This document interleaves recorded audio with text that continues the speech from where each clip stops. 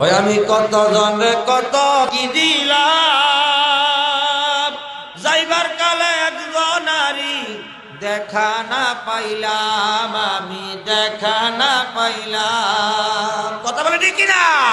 ওই আমি কত জনে কত কি দিলাম, যাইবার কালে একজন নারী দেখা না পাইলাম, আমি দেখা আমার সঙ্গের সাথী কেউ হইল না রে, রইব না আর বেশি দিন তোদের মাদারে, বল ডাক দিয়াছেন দয়াল আমার, রইব না আর বেশি দিন তোদের মাদারে। মারহাবা কও। অর্থ বুঝতে হইব, কালামের অর্থ বুঝলে অনেক কিছু। মারহাবা কও। দিও তোমরা জনমের বিদায়, বলো সেদিন আমায় দিও তোমরা জনম।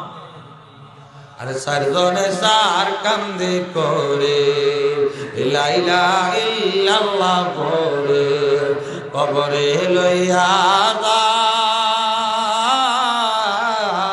সেদিন আমায় দিও তোমরা জনমের বিদায়। উচ্চ আওয়াজে দমন করে দে, বলুন আল্লাহু আকবার। ও বন্ধু, আজরাইল যখন আসবে, কে কুড়িপতি, কে টাকাওয়ালা, কে পয়সাওয়ালা, একটা সেকেন্ড সময় দেওয়া হবে না। সিদরাতুল মুনতাহার মধ্যে একটা বড়ই গাছ আছে, ওই গাছের প্রত্যেকটা পাতায় পাতায় মানুষের নাম, নবীর উম্মতের নাম লেখা। আমার নবী যখন মেরাজে গেল, জিব্রাইল আমিনকে প্রশ্ন করিয়া, কি জিব্রাইল, ও যে দেখা যায় খেজুর গাছটা, ও যে দেখা যায় বড়ই গাছটা, এটার মধ্যে নাম লেখা যায় কারণ কি?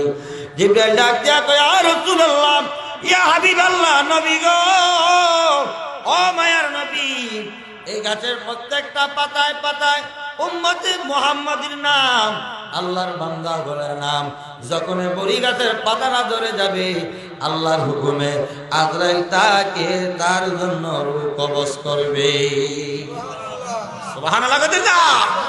ওই মরণের যন্ত্রণা কত ভয়ানক,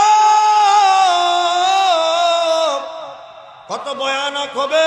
7 সমুদ্র 13 নদী পাড়ি দিল, মরণের যন্ত্রণা থেকে কেউ রেহাই পাবে না। কিনা জোরে কা।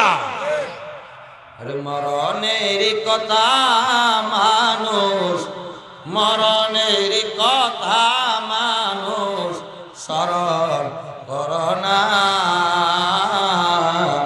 আজরাইলা শিলে রে মন কপিও চলবে না, আজরাইলা শিলে রে মন কপিও চলবে না। উচ্চ আওয়াজ দবান খুলে দিয়ে বলেন আল্লাহু আকবার। মরণের কত ভয়ানক যন্ত্রণা হবে মুসলমান, আল্লাহর বান্দা, নবীর উম্মত। এখনো সময় আছে, এখনো সময় আছে, তোমার যৌবনকে কাজে লাগাও, এখনো সময় আছে, আল্লাহর বন্দেগীতে সময় কাজে লাগাও। কারণ তোমার যখন নিঃশ্বাস বন্ধ হয়ে যাবে, সঙ্গে সঙ্গে তোমার আমলের দরজাগুলো বন্ধ হইয়া যাইবে। কথা কোন ঠিক কিনা ধরে কর। এখন যদি মানুষটা মারা যায়, মারা যাওয়ার সঙ্গে সঙ্গে আমলের দরজা বন্ধ, কিন্তু দুনিয়া জমিনের মধ্যে যদি সদকা জারিয়া রাখিয়া যা, যেমন করে আজকের কাজীবাড়ির মানুষ, কাজীবাড়ি আমার ভাই আনোয়ার শাহপুরি, মনির শাহপুরি, ধন্যমার ধন্য সন্তান সদকা জারিয়ার ফয়সালা করেছে। এই যে সদকা জারিয়া সন্তান রেখে যাওয়ার কারণে তাদের মরহম ব্যক্তি যারা আছে, পিতা মাতা যারা কবরে আছে, রসুল বলে নেক সন্তান যখন দুনিয়ার মধ্যে রেখে যায়, আমলের দরজা বন্ধ হওয়ার পর সদকা জারিয়ার সওয়াব ওই বান্দাদের কবরে পৌঁছতে থাকে। আল্লাহু আকবার। এই কারণে ছেলে সন্তানদেরকে ধর্মীয় জ্ঞানে জ্ঞানিত করেন, সুসন্তান বানান, সৎ সন্তান বানান। বানাইলে আপনি মারা যাওয়ার পরও সন্তান যখন আমল করবে, ওই আমলের সদকা জারিয়া সওয়াব আপনার কবরের মধ্যে পৌঁছতে থাকবে। সুবহানাল্লাহ।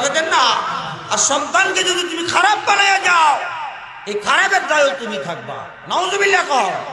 হাসরের ময়দানে কোটি কোটি মানুষদের জন্য, পিতা মাতার জন্য সন্তানের অভিযোগ করবে, আল্লাহ আমার মা বাবা দুনিয়া থাকতে আমাকে ধর্মীয় জ্ঞান দেয় না, কোরআন শিক্ষা দেয় না, নামাজ শিক্ষা দেয় না, আমি কোন ইবাদত করি নাই, কারণ আমার মা বাবা করতো না বিদায় আমিও করি নাই। আল্লাহ আমার পিতা মাতাকে লগে জাহান্নামে দাও। জোরে করে নাউজুবিল্লাহ, আর জোরে করে নাউজুবিল্লাহ। এই কারণে আমার বাবার আল্লাহ কোরআনে কয়, কুআন ফুসিকুম আলিকুন নার, নিজ জাহান্নাম থেকে বাঁচাও, আহলকেও জাহান্নাম থেকে বাঁচাও। সুবহানাল্লাহ। আর জোরে কর, নিজ জাহান্নাম থেকে বাঁচাও, আহলকেও জাহান্নাম থেকে বাঁচাও, কারণ জাহান্নাম থেকে সেদিন কেউ রেহাই পাবে পাবে। আরে কবরের আযাব যদি মানুষ দেখিত, ঘরবাড়ি সারিয়া আগল হইত।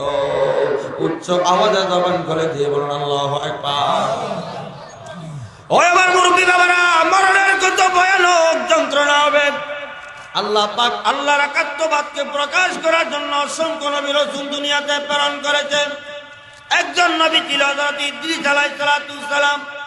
তিনি 12 মাস আল্লাহ রোজা রাখতো, আল্লাহর ইবাদত করত, আল্লাহকে খুশি করার জন্য। আমার বাবারা, জ্ঞানী গুণী বাবারা, একদিন আরদায় ওনার স্পর্শের মধ্যে গেল। যখন গেল তখন পরিচয় জানলো, তুমি কে? আমি কে তুমি জানো নি? আমি হচ্ছি মালাকুল মউত। বাবার থেকে সন্তানের মৃত্যু কোনে, সন্তান থেকে বাবার মৃত্যুবরণ করায়, রূহ কবজ করায় আল্লাহর হুকুমে। আমি হচ্ছি হযরতে আজরাইল আলাইহিস সালাম। চিৎকার মেরে কন্যা আল্লাহু আকবার। তুমি কে? আমি ইদ্রিস নবী। তুমি তো 12 মাস রোজা রাখো। হ্যাঁ। ইদ্রিস নবী ডাক দিয়া কয়, আজরাইল রে, ও আজরাইল, তুমি তো সব সময় আল্লাহর হুকুমে মানুষের রূহ কবজ করো, তোমার কাছে আমি একটা আবদার জানাই, মরণের কত ভয়ানক কষ্ট হবে, মরণের কত যন্ত্রণা হবে। ও আজরাইল, তুমি একটু আমার কিছুক্ষণের জন্য মরণের যন্ত্রণা ভোগ করাও। মারহাবা করতেন না? আরো ধরে কও। আজরাইল ডাক দিয়া কই, ইদ্রিস রে, ও ইদ্রিস, আমি তো আল্লাহর হুকুম ছাড়া রূহ কবজ করতে পারি না। আমি একটু আমার মালিকের থেকে হুকুম নিয়ে আসি, তারপর তোমার রূহটা কবজ করব। ও যাও। আল্লাহর দরবারে যাইয়া হাজির হইয়া গেছে। মারহাবা। আজরাইল ডাক দিয়া কয়, আল্লাহ, ও আল্লাহ, তোমার একজন নবী, তোমার একজন বন্ধু ইদ্রিস আলাইহিস সালাম মৃত্যুর যন্ত্রণা ভোগ করার জন্য, উপভোগ করার জন্য, কিছুক্ষণের জন্য নাকি তার রূহ আমি কবজ করতাম। ও আল্লাহ, আপনি যদি হুকুম দেন তাহলে আমি ইদ্রিস নবীর রূহ কবজ করব। মারহাবা করতেন না? আলোচনা করবার আবার। ওই আমি চলে যাব, আমায় তোমরা ভুইলা যাইও না, আমি চলে যাব, ভুইলা যাইও না, ডাইনে বামে মাটি আমার মাটির বিছানা, ডাইনে বামে বাবা টাকা পয়সা জমিদারি যাহা করেছি, সবে কিছু হারাইয়া আমি একা যাইতেছি। কথা বলেন ঠিক কিনা? আরো কথা বলেন ঠিক কিনা?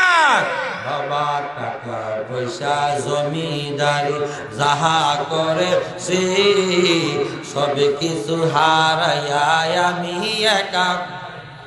আহা শেষে বললাম এই দুনিয়ার সবই আমার পর বল, শেষে বললাম এই দুনিয়ার পর, ডাইনে বামে মাটি আমার মাটির বিছানা, আমি চলে যাব, আমায় তোমরা ভুইলা যাইও না, আমি চলে যাব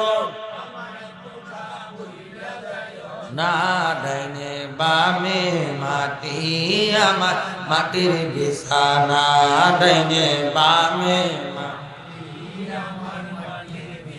ওই আমি কত জনে কত কি দিলাম, যাইবার কালে একজন নারী দেখা না পাইলাম, আমি দেখা না পাইলাম। কথা বলে ঠিক কিনা?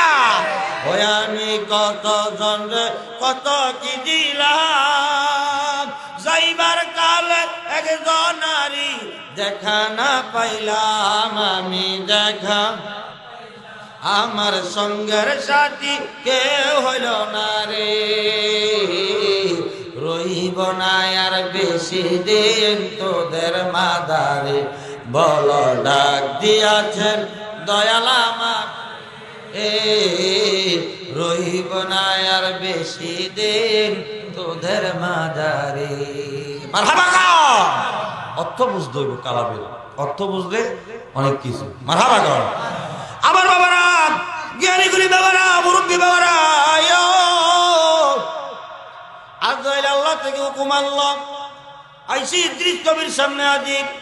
ইদ্রিস নবী ডাক দেয়া কয়, আজরাইল রে, ও আজরাইল, আমার মালিক থেকে হুকুম আনছুনি কো আনতি, তবে তোমার কাছে একটা শর্ত হইল, তোমাকে যখন রূহ কবজ করা হবে কিছুক্ষণ পরে আবার রূহ আমি তোমার জন্য তোমার কাছ থেকে আবার ফিরে আনব। আবার ইদ্রিস নবী শর্ত দে, আজরাইল রে, আমার একটু জান্নাতটা পরিদর্শন করাইস, জাহান্নামটা একটু পরিদর্শন করাইস, আমি একটু দেখবো। মারাবা কইতেন না? আরো ধরে কা একজন নবী জান্নাতের মধ্যে আছে, ওই নবীটার নাম হইল ইদ্রিস আলাইহিস সালাতু সালাম। আল্লাহু আকবার কা বাবা নো। ইদ্রিস নবী সত্য দিল, আজরাইল সত্য মাইনা নিল, আজরাইলের সত্য ইদ্রিস নবী মাইনা নিল। আবার ইদ্রিস নবী রূহ কবজ করবেন। রূহ যখন কবজ করতে গেল, আজরাইল যখন ইদ্রিস নবীর সিনার উপরে হাতটা রাখলো, ইদ্রিস নবী ডাক দেয়া কয়, আজরাইল রে, ও আজরাইল, আমার বুকের উপরে তুমি কি রাখলা? কয়, আমার হাতটা মাত্র রাখলাম। ইদ্রিস নবী চোখের পানি ছাইড়া দিয়া কয়, আজরাইল রে,